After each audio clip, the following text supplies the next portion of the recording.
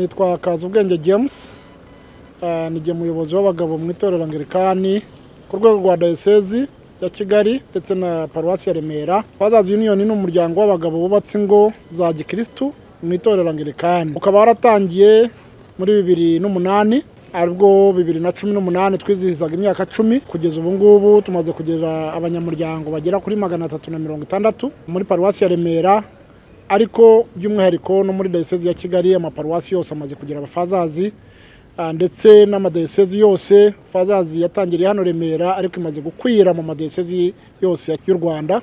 Ni umuryango waje mu by'ukuri mu shusho y'uko Imana yaremye Adamu na Eva ikabaha inshingano nk'uko mwabyumvise mu ndirimbo. Urebye ibibazo biri ku isi byugarije ingo, byugarije igihugu, abana baba mu mihanda, ndetse n'ibibazo bijyanye na domestic violence, ndetse na gatanya zirimo kuyongera umunsi ku wundi. Uyu muryango rero icyo ushinzwe nk'uko ufite amahame yawo ane, ni umuryango w'itorero w'abagabo bamenye Imana, bashingira kuri ayo mahame bagakomeza gukwiza ubutumwa bwiza. Ayo mahame ane, rya mbere ravuga ngo nuko abagabo babiri, umwe w'umunyabwenge n'undi w'umupfapfa bubaka inzu. Umunyabwenge yubaka kuri Kristo, hanyuma umupfapfa yubaka ku micanga. Ariko umuntu wamenye Imana yubahiriza rya sezerano, warahiye imbere y'Imana mu bibi, mu byiza, mu bukene no mu bukire, waba urwaye waba uri muzima, ukomeza gukunda umugore wawe nk'uko wabisezeranye.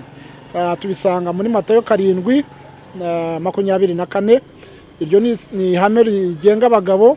Hanyuma ihame rya kabiri ni iringiri nanone musanga mu ndirimbo, aho Imana yabwiye Aburahamu iti icyatumye nkumenya nkakugira inshuti ni ukugira ngo utoze abana bawe kunyubaha nabo mu nzu yawe, bagendera mu mategeko yanjye, bagaca imanza zitabera.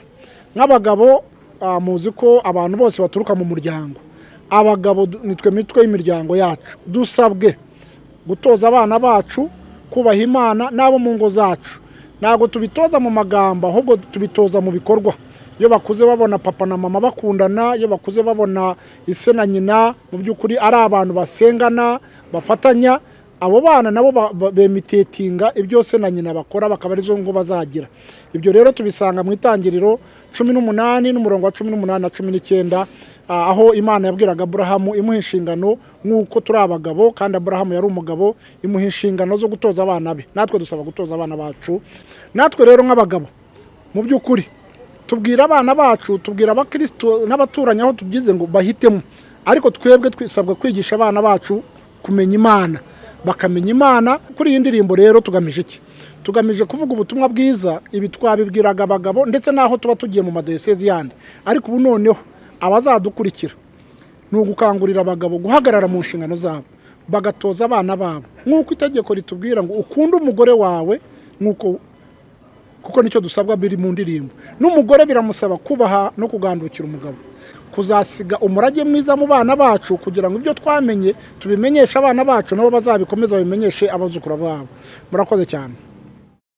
Mwami Imana, muri iyi minsi ubwo ingo nyinshi zirimo gusenyuka, twebwe nk'abagabo bagize Fathers Union duhagurutse kugira ngo tugarure icyubahiro cyawe mu miryango.